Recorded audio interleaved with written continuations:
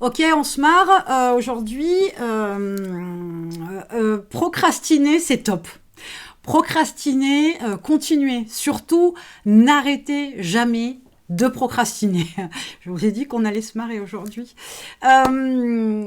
Procrastiner, finalement, ça a certains avantages.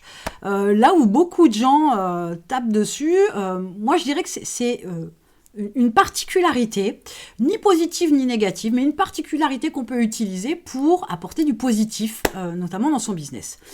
Si je vous disais que de mon point de vue, procrastiner, c'est quand même travailler. Alors vous allez me dire que j'ai un peu pris des substances illicites.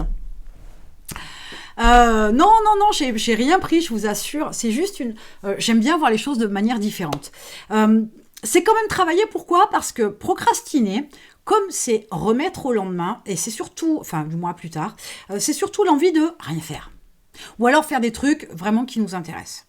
Je suis pas une procrastinatrice, je sais pas comment on dit, la procrastination et moi, non, pas vraiment. Je l'eus été, je l'eus fus, il y a très très très longtemps, mais les conditions étaient un petit peu spéciales et je suis pas sûre qu'à l'époque je puisse appeler ça de la procrastination. Mais peu importe, on n'est pas là pour parler de moi.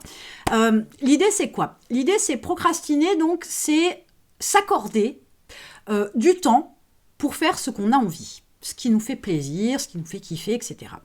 Partant de ce principe-là, on pourrait dire que s'apporter du plaisir, c'est plutôt positif. Donc jusque-là, vous me suivez.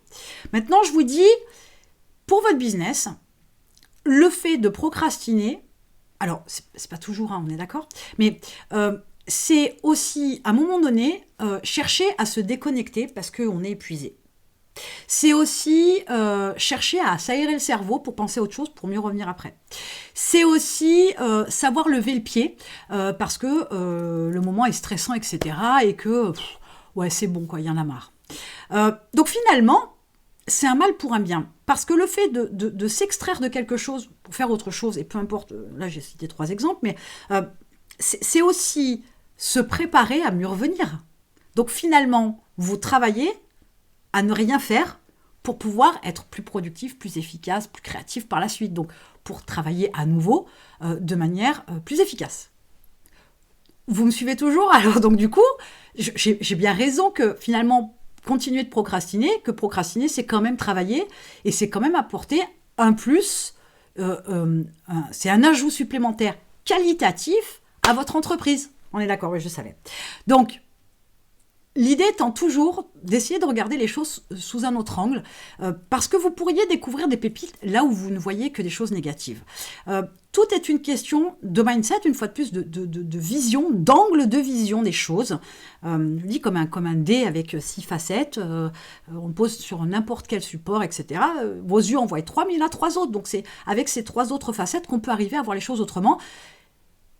Et surtout, là en l'occurrence pour la procrastination, c'est surtout aussi une approche de se déculpabiliser. Parce que des fois on se jette la pierre, puis les autres ils en rajoutent une couche, etc. Non, procrastiner finalement ça a du bon. Mais il faut savoir prendre du bon de quelque chose qui n'est pas forcément l'idéal, notamment pour l'entreprise. En attendant, vous avez un lien dans la description. Je vous ai mis un challenge, 7 jours, pour pouvoir travailler sur des sujets bien spécifiques, pour justement apprendre à regarder les choses différemment, à améliorer votre mindset, pour être encore plus incisif comme ça, voir les choses avec plus de créativité. Donc 7 jours, cliquez sur le lien et puis on se retrouve de l'autre côté.